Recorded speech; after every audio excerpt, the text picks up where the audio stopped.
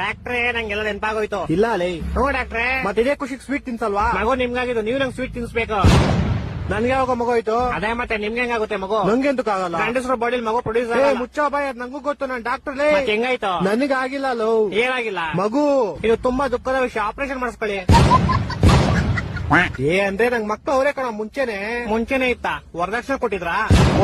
ಎಷ್ಟು ಉರ್ತಾವ್ರು ನೋಡಿದ್ರೆ ಹೊಡೆದ್ರೆ ಒಂದೇ ಇಟ್ಟು ಹೋಗ್ಬಿಡ್ಬೇಕು. ಸಾರಿ ಸೂಪರ್ ಮ್ಯಾನ್. ನೀನ್ ಹೇಳಿರೋ ಹೆಂಗೆಲ್ಲ ಗ್ಯಾಪ್ನ ಬಂತು ಅಂತ. ಹ್ಞೂ ಡಾಕ್ಟ್ರೇ. ಮತ್ತೆ ಅದೇ ಖುಷಿಗೆ ಸ್ವೀಟ್ ತಿನ್ಸೋ. ಸ್ವೀಟ್ ಎಂತ ಯಜಮಾನ್ರೆ? ನಿನ್ ಮರುವನ್ ಕೈಲಿ ಸೇರೋಯ್ತು ಅಂತ ಹೇಳ್ದಲ್ಲೋ. ನಂಗ್ ಮರ್ವಿನ ಕೈಲಿ ಇತ್ತು ಯಜಮಾನ್ರೆ. ಇವಾಗ ತಾನೇ ನಂಗೆಲ್ಲ ಗ್ಯಾಪ್ನ ಬಂತು ಅಂದಲ್ಲೋ. ನಾನು ಏನ್ ಮರ್ತೋಗಿದೆ ಯಜಮಾನ್ರೆ?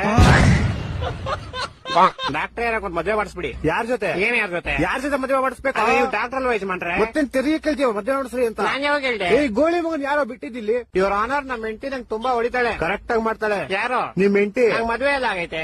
ನನ್ ಮಕ್ಕಳು 3 ಬಿಟ್ಟು ನಿಂತ್ಬಿಟ್ಟವ್ರಣ್ಣ.